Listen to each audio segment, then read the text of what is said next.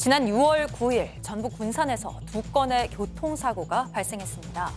오전에는 한적한 도로에서 승합차가 전신줄을 들이받았고 저녁에는 달리던 덤프트럭과 승용차가 충돌한 건데요. 같은 날 같은 도시에서 발생한 이 두 건의 교통사고, 놀랍게도 운전자가 같은 사람이었습니다. 대체 이날 군산에서 무슨 일이 있었던 걸까요? 예, 들으신 것처럼 지난 6월 전북 군산에서 한 사람이 9시간 간격으로 두 건의 교통사고를 냈다.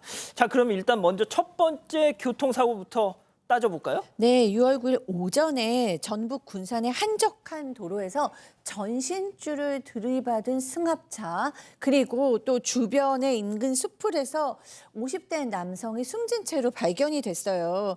경찰은 교통사고로 본 거죠. 왜냐하면 교통사고로 사람이 튕겨져 나갔어요라는 목격자도 있었거든요. 그리고 또 승합차 안에는 아무도 없었기 때문에 50대 남성이 혼자서 승합차를 몰다가 가드레일과 전신줄을 차례로 들이받고 그 충격으로 튕겨 나가서 숨진 것이라고 판단했습니다. 자, 여기까지는 단순 교통사고입니다.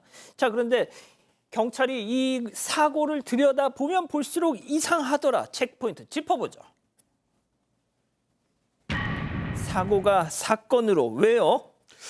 단순 교통사고로 수사를 진행하다가 이게 강력사건으로 수사 방향이 전환된 이유는 경찰이 사고 현장에서 발견한 그 승합차의 좀 이상한 부분을 발견했기 때문입니다. 어떤요? 자, 운전자가 전신줄을 들이받고 바깥으로 튕겨 나가서 사망을 했다면 운전석 앞유리가 깨지는 게 좀 일반적인데요. 사고 차량은 그렇지 않았던 겁니다. 앞유리가 괜찮네요. 예, 괜찮습니다. 예, 아무래도 금방 이상하다고 가있지? 생각한 경찰은 사고 현장 인근 CCTV를 확인했고요. 사고 후에 운전석에서 한 남성이 내리더니 비틀비틀 걸어가는 모습을 발견했다고 합니다. 자, 보시면은 저렇게 이제 자, 들이받고요. 들이받았습니다. 네, 사람이 튕겨져 나오진 않았어요. 그렇습니다. 사고 후에 그렇죠. 운전석에서 한 남성이 내리더니 이제 비틀비틀 걸어가는 모습을 발견했고요. 결정적으로 운전자였던 피해자가 차를 세우고 밖으로 나온 사이에 운전석에 있던 남성이 차를 몰고 피해자를 또 들이받는 모습도 찍혀 있었다고 합니다. 이에 경찰은 교통사고를 살인사건으로 전환하고 남성을 추적하기 시작했습니다. 자, 그렇다면 승합차로 사람을 치고 도주했던 저 남성, 사고 현장과 10km 떨어진 곳에서 경찰에 붙잡혔다는데 네. 뭐예요 이게? 결국은 이게 살인에 가깝잖아요. 살인 사건으로 전환됐으면 동기가 가장 중요합니다. 두 사람의 관계는 어떤 관계냐 경찰이 좀 알아보니까 이 피해자하고 이 가해자하고 두 사람이 꽃게 사업을 같이 하던 상황인데 이 꽃게 동업을 하다가 갈등이 좀 생겼던 것 같아요. 피해자 같은 경우는 다른 업자한테 물건을 받겠다라고 그날 통보를 했었고요. 넌 사업에 빠져달라고 요청을 했는데 그 사이에 이 가해자가 물량을 많이 확보해가지고 완전히 좀 불만을 품었던 걸로 보입니다. 사건 당일에 이때도 승합차를 타고 같이 이동을 하다가 꽃게 물량 확보 문제로 다툼이 있었고 다투다가 남성이 피해자를 승합차로 치고 달아나면서 피해자는 경부 또 흉복부 다발관 손상으로 끝내 사망하게 된 사건입니다.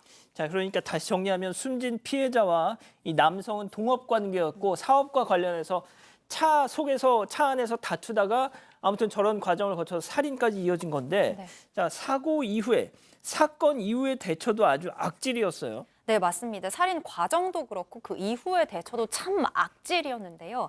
자, 우선 사건 초기 보도에 따르면요. 남성이 경찰에 피해자가 땅을 본다면서 차에서 내렸고 욱하는 마음에 차로 치였다라고 진술을 했거든요.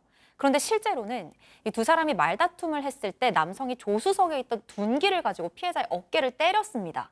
그리고 피해자가 이걸 피하기 위해서 둔기를 빼앗아서 내려서 반대편 차선 쪽으로 걸어가자 이 격분한 남성이 운전대로 자리를 옮겨서 피해자를 직접 차로 친 거였습니다. 자, 그리고 그 이후에 마치 전신줄을 들이받아서 교통사고가 난 것처럼 위장을 했던 거였습니다. 사고 당시 CCTV 보면 전신주와 부딪히기 전에 이미 승합차 앞바퀴가 찌그러져서 너덜거리는 걸 확인을 할 수가 있어요. 자, 그러니까 남성의 피해자를 차로 세게 쳤다는 걸 알 수 있는 겁니다. 그러니까 피해자를 이미 차로 들이받고 난 이후에 지금 상황이군요. 네, 이후에 이걸 저런 단순 사고인 것처럼 위장하기 위해서 그렇게 대처를 했던 겁니다. 그러니까 정리를 하면 남성이 검거된 후에도 경찰에 거짓 진술을 한 거고요. 그리고 살인을 한 후에도 교통사고로 위장을 했던 아주 나쁜 행동을 했던 겁니다. 자, 고인이 차에서 내리자 조수석에 있던 이자가 운전석으로 옮겨서 가속 페달을 밟아 사람을 치고 단순 사고로 위장하려고 앞서 보신 영상처럼 그 전신주에 탁 들이받은 겁니다. 자, 그런데 말이죠. 이 검거 과정에서 또 다른 사고도 있었다면서요? 네, 그렇습니다. 이제 오전에도 사고를 냈지만 저녁에도 사고를 내요. 오전에는 동업을 하던 지인을 결국에는 이제 살해를 하고 도망갔잖아요.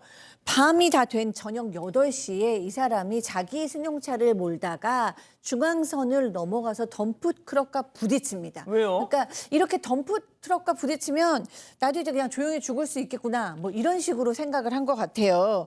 그런데 중요한 건 자기는 죄를 저질렀고 뭐 극도의 공포 상태니까 그런 결정을 할 수 있다라고 치자고요. 그런데 이 덤프트럭 기사는 정말 아무 잘못 없이 갑자기 목숨을 잃을 수도 있었습니다. 그러니까. 실제로 덤프트럭 앞 범퍼 다 파손됐고요. 800만 원 넘게 수리비도 나왔습니다. 결국에는 현장에서 붙잡혔고요. 병원에서 치료를 받다가 구속됐습니다. 그러니까 당초 알려진 것처럼 이 두 건의 교통사고는 사고가 아니라 둘 다 사건이었습니다. 이 덤프랑 박은 것도 작정하고 스스로 뭐 목숨을 버리려고 했는지 모르겠습니다만 갖다 들이박은 거잖아요. 사건이죠. 자, 어제 1심 재판 결과가 나왔다는데 어떻게 됐습니까? 네, 일단은 검찰은요 무기징역을 구형을 했습니다. 그런데 재판 과정에서 남성이 이제 전과 15범이었고요. 그중에 또 4번은 실형을 살았다는 게 밝혀졌는데 1심 재판부는요. 살해 동기나 범행 경위에 참작할 만한 사정을 찾아보기 어렵고 죽기 위해서 다른 사람이 운전하는 차량을 들이받는 등 납득하기 어려운 행동을 했다. 범행 후 정황도 좋지 않다면서 살인죄와 특수재물 손괴죄를 적용해서 남성에게 징역 12년을 선고했습니다. 전과 15범이지만 2002년을 끝으로 폭력 범행이 없고 유족과 합의한 점을 감안한 결과였습니다. 예, 알겠습니다.